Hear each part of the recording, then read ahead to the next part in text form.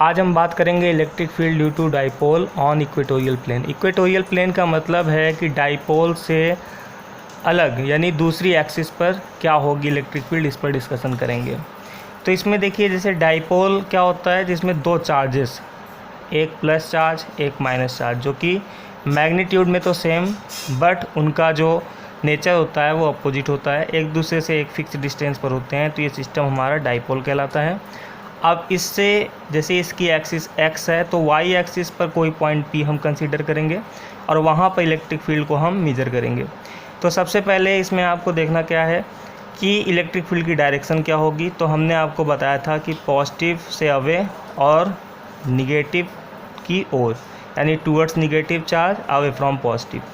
तो पॉजिटिव से ओर इस डायरेक्शन में E1 हो गया due to plus Q charge, और टूवर्ड्स निगेटिव यानी माइनस क्यू चार्ज की ओर यानी E2 इलेक्ट्रिक फील्ड इस डायरेक्शन में हो गई। ठीक है, अब देखिए ये दो जो निकले हैं इनको, ये वेक्टर क्वांटिटी है और वेक्टर क्वांटिटी को ऐड अगर हमें करना है तो उसके हमें रिजोल्यूशन निकालने पड़ेंगे, यानी उसके कंपोनेंट्स हमें फाइंड करने होंगे। तो हमने बेसिकली क्या किया कि इसको दो कंपोनेंट में तोड़ दिया।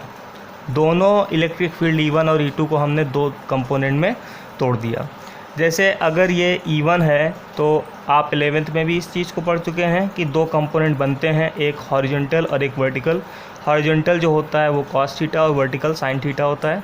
तो जो हॉरिजॉन्टल कंपोनेंट है वो E1 cos थीटा हो गया और वर्टिकल E1 sin थीटा। इसी तरह से E2 के लिए ये E2 इलेक्ट्रिक फील्ड है तो horizontal component E2 cos theta हो गया और वर्टिकल इसका E2 sin थीटा हो गया।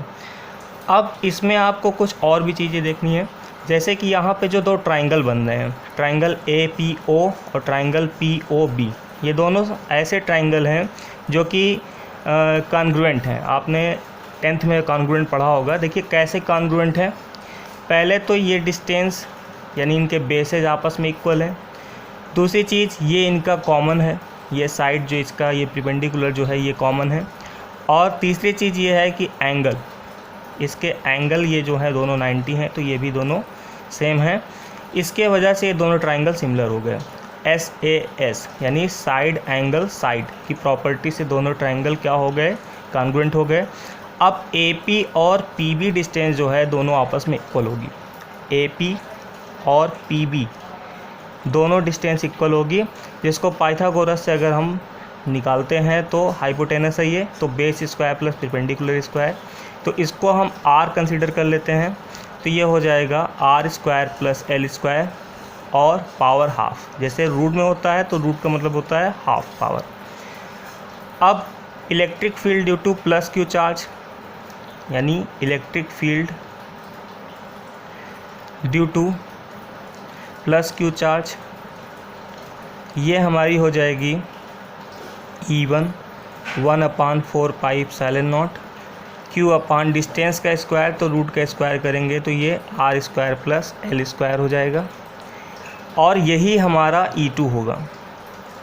देखिए E1 और E2 दोनों सेम होगा क्योंकि इनके लिए जो डिस्टेंसेज हैं वो क्या हैं, सेम है, AP इक्वल टू PB है। अब दूसरी बात, जब E1 E2 इक्वल हैं, अब देखना है आपको कौन से कंपोनेंट अपोजिट है, कौन से एक ही डायरेक्शन में है। क्योंकि वेक्टर में जब हम ऐड करते हैं तो दो वेक्टर अगर अपोजिट होते हैं तो उनका डिफरेंस ही रिजल्टेंट होता है। यहाँ पर E1 sin थीटा और E2 sin theta mutual perpendicular हैं एक दूसरे के, एक एक्सिस के रिस्पेक्ट में, और अपोजिट भी हैं। तो दो अपोजिट वेक्टर हैं, E1 E2 इक्वल है तो ये दोनों एक दूसरे को कैंसिल आउट कर देंगे। तो इनके वर्टिकल कंपोनेंट से जो इलेक्ट्रिक फील्ड बनेगी वो होगी 0।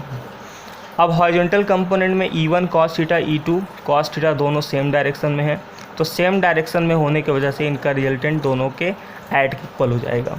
तो जो नेट फील्ड बनेगी वो क्या होगी, वो हो जाएगी E equal to E1 plus E2 cos theta. अब E1 और E2 सेम है यानी 2 टाइम्स ऑफ E1 कर दीजिए तो ये cos थीटा हो गया। अब यहाँ आगे क्या हो जाएगा, वैल्यू पुटअप कर देते हैं, 1/4 पाई एप्सिलॉन नॉट Q अपान R square plus L square. अब यहाँ पे कॉस थीटा है, तो अगर आप देखिए ये एंगल थीटा है तो कॉस बेस अपान हाइपोटेनस होता है। बेस आपका L है और हाइपोटेनस AP जो कि ये है, तो ये हो जाएगा L अपान R square plus L square की पावर हाफ।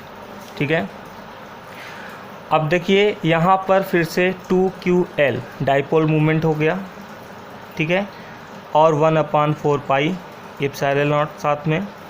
ये पावर देखिए R square plus L square की पावर 1 है, यहाँ पर हाफ है, मल्टीप्लिकेशन में पावर ऐड हो जाएगी, तो ये हो जाएगा R square plus L square की पावर 3/2। ये नेट फील्ड निकल कर आ जाती है किसी भी पॉइंट P पर जो कि इक्वेटोरियल प्लेन पर है।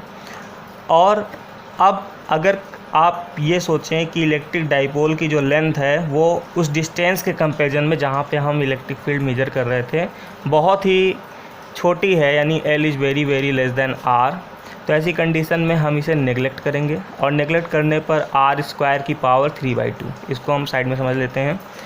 R स्क्वायर की पावर 3/2 होने की वजह से ये यहाँ पर 2 से 2 कैंसिल हो जाएगा और ये R³ बचेगा, यानी कि नेट फील्ड आ जाएगी 1/4 पाई एप्सिलॉन नॉट और P/R³ न्यूटन पर कूलम। ये आपकी नेट फील्ड बनेगी जो कि इक्वेटोरियल प्लेन पर होगी।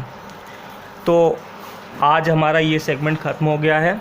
अब कल से हम 11th के मैथमेटिकल कॉन्सेप्ट को समझेंगे, जिसके बाद यूनिट्स एंड मेजरमेंट, और तब तक जो भी 12th के स्टूडेंट्स हैं वो इसको पढ़ें, इसको समझें, और उनके लिए एक असाइनमेंट हम PDF में यहाँ पर नेक्स्ट वीडियो के लिंक में हम प्रोवाइड कर देंगे, जिसमें कुछ क्वेश्चंस होंगे, आप उन्हें सॉल्व करें और उससे अपना बेसिक कॉन्सेप्ट्स को और मजबूत करें। Thank you.